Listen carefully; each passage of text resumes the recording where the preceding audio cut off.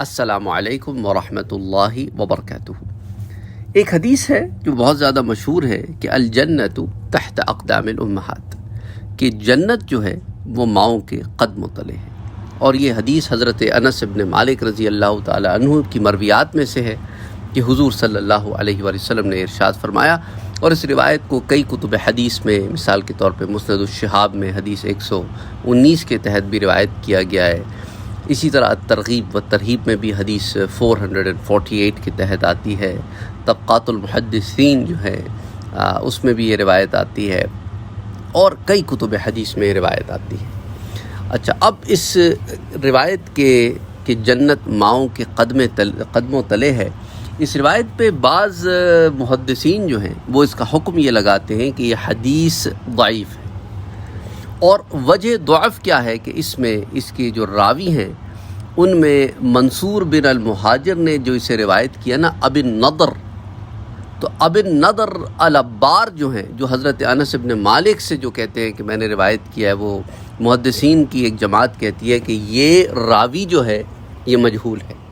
لیکن یاد رکھیں کہ یہ حدیث جو ہے یہ درجہ حسن پر بھی ہے، لیکن یہ درجہ حسن پر لغیر ہی ہے۔ کیا معنی ہوا؟ یعنی ایک اور روایت آتی ہے جو کہ درجہ حسن پر ہے، اس روایت کی وجہ سے یہ روایت کو تقویت ملتی ہے، یہ روایت قوی ہوتی ہے، اسٹرینتھن ہوتی ہے۔ اور چونکہ یہ روایت کسی اور روایت کی وجہ سے اسٹرینتھن ہوتی ہے، تو اس لیے اس کے لیے ٹرمینالوجی استعمال کرتے ہیں حسن لغیرہ، یعنی اپنی ذات میں تو درجہ حسن پر نہیں پہنچی، لیکن کسی اور صحیح روایت کی وجہ سے یا کسی اور قوی روایت کی وجہ سے اس روایت کو تقویت ملی ہے اور یہ درجہ حسن پر پہنچ گئی۔ تو اس پر ایک بڑی تفصیل سے علماء اور محدثین نے کلام کیا ہے، ہمارے اس تحقیق میں جانا مقصد نہیں ہے۔ آج اس روایت کو آپ سے ذکر کرنے کا مقصد یہ ہے کہ یہ روایت تو حسن لغیرہ کے درجے تک پہنچ جاتی ہے، لیکن وہ کون سی روایات ہیں جس کی وجہ سے یہ روایت کو اتنی تقویت ملتی ہے؟ اصل میں ان روایات کو دیکھنا ہمارا آج کا مقصد ہے۔ اس کی دو وجوہات ہیں۔ اس کی ایک وجہ تو یہ ہے کہ آیا یہ جو روایت ہے اس میں قدموں کے نیچے اس سے کیا مراد ہے، اور دوسرا یہ کہ کیا یہ فضیلت صرف ماں کی ہی ہے یا باپ کے لیے بھی ایسی کوئی فضیلت ہے؟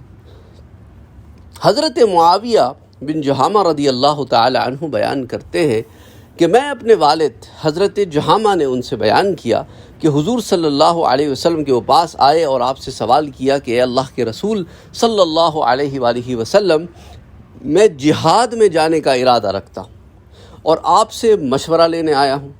تو پیارے نبی صلی اللہ علیہ وآلہ وسلم نے ارشاد فرمایا کہ کیا تیری ماں ہے، یعنی کہ کیا تیری ماں زندہ ہے؟ تو انہوں نے کہا ہاں جی زندہ ہے۔ تو پیارے نبی صلی اللہ علیہ وآلہ وسلم نے فرمایا کہ پس اس کو لازم پکڑ، بے شک جنت اس کے پاؤں کے پاس ہے۔ تو اب جو لازم پکڑ اور جنت اس کے پاؤں کے، یعنی اس کی خدمت کر۔ سمجھ آئی بات؟ پاؤں تلے کا کیا مطلب ہے؟ اس کی خدمت کر۔ اور پاؤں کا ذکر اس لیے کیا گیا کیونکہ پاؤں انسان کے جسم میں سب سے نیچے کا حصہ ہوتا ہے۔ اس لیے اب آپ دیکھیں نا، کسی کو بہت عزت دی جاتی ہے بعض کلچرز میں، تو وہ کیا کرتے ہیں؟ وہ پیر چھوتے ہیں کہ ہم تو آپ کے پاؤں لگتے ہیں۔ بعض کلچرز میں گھٹنا پکڑتے ہیں۔ مقصد کیا ہوتا ہے یہ بتانے کا کہ ہم آپ کے سامنے کوئی حیثیت نہیں رکھتے، ہم آپ کے بچے ہیں، آپ کے نیچے ہیں، آپ کے خدمت گزار ہیں۔ تو وہی ایک کانسیپٹ ہے جو محاورتاً بولا گیا ہے کہ اس کی خدمت کرو، اس کی خدمت کر کے جنت کو حاصل کرو۔ اور یہ حدیث جو ہے یہ درجہ حسن پر اور درجہ حسن صحیح پر، یعنی بعض طرق سے درجہ حسن کو پہنچتی ہے اور بعض طرق سے یہ درجہ صحیح کو پہنچتی ہے، اور اسے امام نسائی نے روایت کیا ہے کتاب الجہاد میں، حدیث نمبر 3106۔ اچھا، اب اس حدیث کی وجہ سے اس حدیث کو تقویت پہنچی، تو اب یہ درجہ حسن پر آ گئی تو وہ حسن لغیرہ ہی ہو گئی۔ اچھا، اب اسی طرح ایک درجہ صحیح کی روایت بھی آتی ہے حضرت جہامہ سے ہی. آپ فرماتے ہیں کہ میں نے حضور صلی اللہ علیہ وسلم کے پاس میں جہاد کرنے کا مشورہ طلب کرنے کے لیے آیا تو پیارے نبی صلی اللہ علیہ وآلہ وسلم نے پوچھا کیا تیرے والدین ہیں؟ کیا تیرے ماں باپ دونوں زندہ ہیں؟ تو میں نے کہا ہاں. تو آپ صلی اللہ علیہ وآلہ وسلم نے فرمایا لازم پکڑ کیونکہ جنت ان دونوں کے پاؤں تلے ہے. اور یہ روایت المعجم الکبیر میں آتی ہے. امام طبرانی نے اسے روایت کی ہے، درجہ صحیح کی روایت ہے، حدیث نمبر 2202.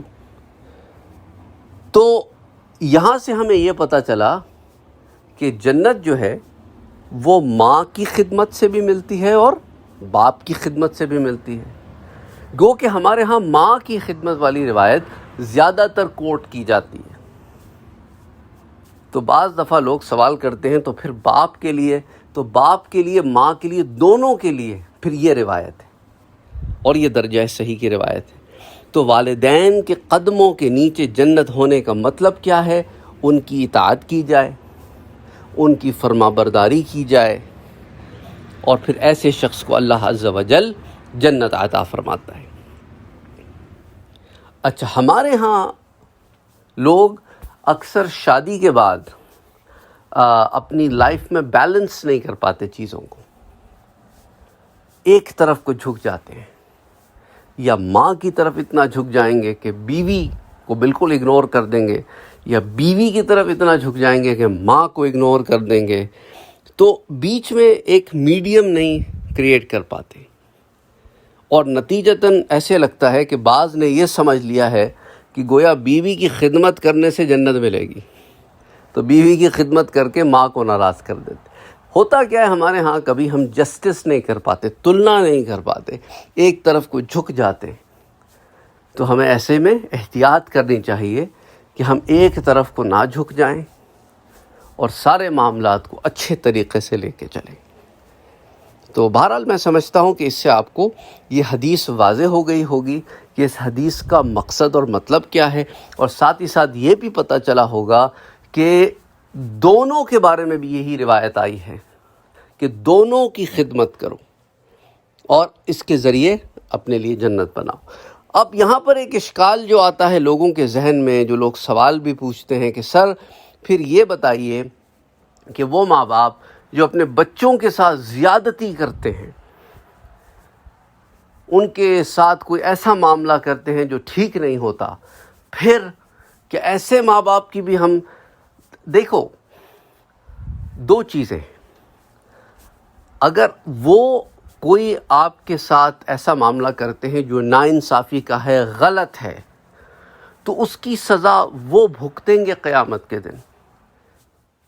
لیکن اگر تم اس وجہ سے ان کی خدمت میں کوتاہی کرو گے تو تم پر اس کا وبال آئے گا. کا غلط رویہ تمہارے غلط رویے کی جسٹیفیکیشن نہیں ہو سکتا. یہ ایکسکیوز نہیں چلے گا کہ میں نے ان کے ساتھ یہ معاملہ اس لیے رکھا کیونکہ انہوں نے میرے ساتھ یہ معاملہ رکھا. یہ جسٹیفیکیشن نہیں چلے گی. آپ اپنا کام کرتے جاؤ جو آپ کے فرائض ہیں، جو آپ کے واجبات ہیں، اور ان کے ذمے جو کام ہے وہ ان کو کرنا ہے. اور جس کے ذمے جو کام ہے وہ نہیں کرے گا تو پکڑ ہوگی. اب مثال کے طور پہ آپ ایک دفتر میں کام کرتے ہو اور آپ کے برابر والے روم میں ایک اور بندہ کام کرتا ہے. اگر آپ یوں کہو کہ میں کام اس لیے نہیں کروں گا کیونکہ برابر والا بھی تو کام نہیں کر رہا، تو کیا خیال ہے اس ایکسکیوز کے اوپر آپ جاب پر کتنے دن ٹک سکتے ہو؟ اسے تو نکالیں گے ہی نکالیں گے، آپ کو بھی نکال دیں گے. اگزامپل سے سمجھا رہا ہوں بات. تو اللہ نے آپ کے ذمے جو فرائض لگائے ہیں وہ آپ نے پورے کرنے ہیں، ان کے ذمے جو فرائض لگائے ہیں وہ انہوں نے پورے کرنے ہیں. Simple as that. السلام علیکم ورحمۃ اللہ وبرکاتہ. Don't forget to like, share, comment and subscribe to Sayyid Saad Qadri.